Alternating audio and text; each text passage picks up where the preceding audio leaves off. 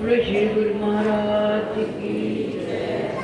बोलो साचे दरबार की जय। अभी सब भगवान की मस्ती में मस्त हो रहे थे। कोई नाच के और कोई जहां भी बैठा हुआ है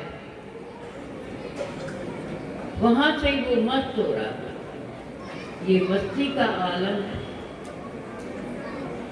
जहां भी भगवान का संकीर्तन होता है, वो जो वहां का वातावरण होता है एक मस्तानों का हो जाता है। क्योंकि जो मस्ती है ना वो मस्तानों के लिए होती है। बाकी तो लोग पास से ही निकल जाएंगे जो उनको मस्ती अच्छी नहीं लगती।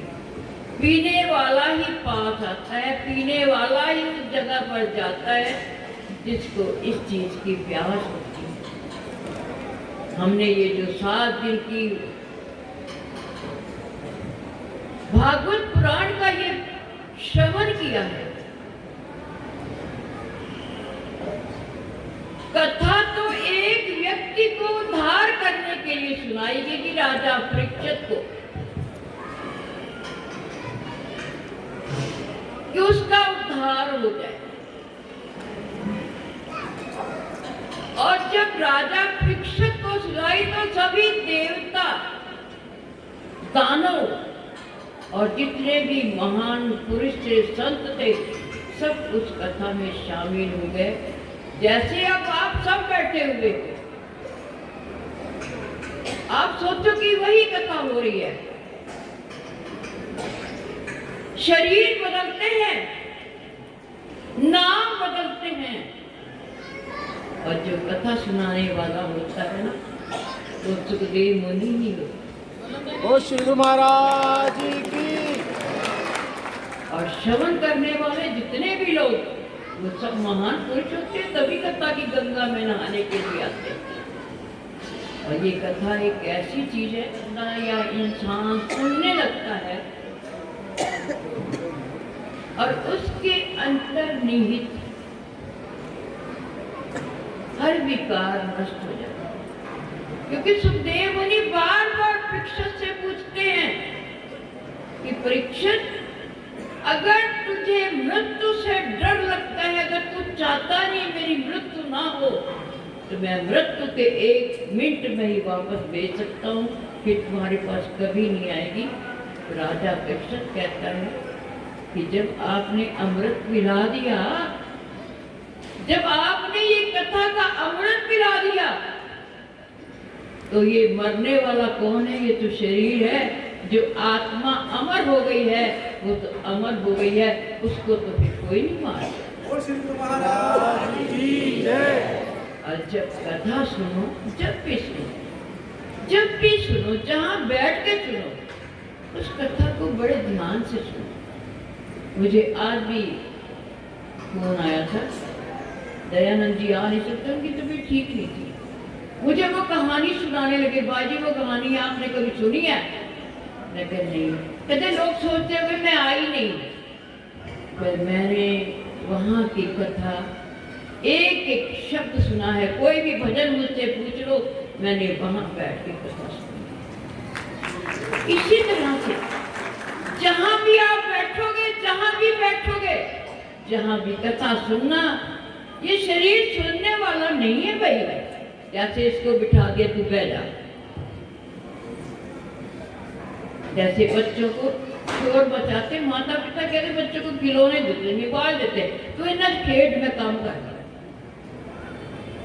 ये तो बच्चे, ये जो बच्चा है ना, ये शरीर, ये सुनने वाला नहीं है।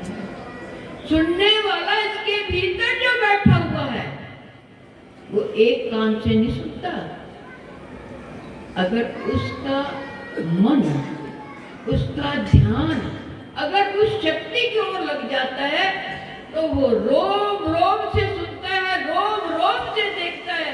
उसके शरीर का कोई रोम बंद नहीं होता, उसका हर शरीर बोलता है और हर शरीर सुनता है, हर रोम देखता है, हर रोम सुनता है।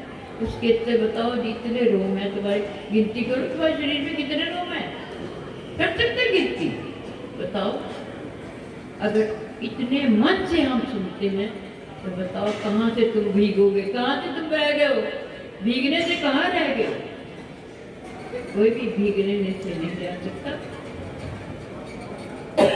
आप सबने कथा बड़े प्रेम से सुनी, और ये जो प्रेम आपको मिला है ना, ये संभाल के रखना। और कोई आपको कोई दोस्त मिलता है, कोई चीज बड़ी चंगी होती है तो बार बार बताते हैं गल बड़ी चंगी लगी है, इसको बार बार बांटना।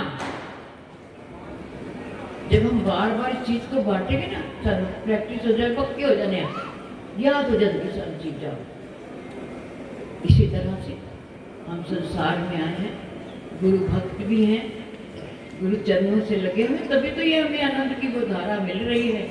तो हमने इसी तरह गुरु चरणों में लगे रहना, जहाँ भी कथा सुनना बड़े प्रेम से सुनना, यही हमारे जीवन का एक सार है।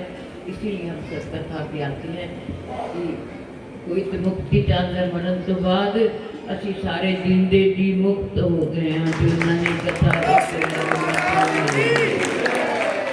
हमें अब मरने से कोई डर नहीं। कहते जिस मरने से जग डरे मेरा मन अनंत, मरने पे ही पाइए पूर्ण परमानंद। जिन्होंने पूरा परमानंद को प्राप्त कर लिया उनको अब इधर उधर भटकने की जरूरत नहीं है। जब भी मन उदास हो बाहर की आंखें बंद करके अंदर बैठ जाना अपने उस परमात्मा। जैसे भगवान कृष्ण जब अर्जुन रो रहा है ना कि प्रभु आप छोड़ के चले गए, ये दुख तो लगता है भाई, कैसा भी हो। भगवान कृष्ण के एक दिव्य वाणी से एक आवाज आती है, अर्जुन मैं हर जगह हूँ, तू आंखें खोल देख तो मैं तेको दिखता हूँ या नहीं दिखता हूँ, मैं तो हर जरे जरे में हूँ। तो वही हमारा आनंद जो हमारे अंदर है, तो जब तुम अंदर से भीग के जाओगे तो तुम्हें जरे जरे में आनंद की अनुभूति होगी। इसी में हमारा कल्याण है। बोलो श्री गुरु महाराज। जयकारा बोल मेरे श्री गुरु महाराज। एक बार खूब ताली बजाइए। जिसको बहुत आनंद आया है वो जरा हाथ उठाए।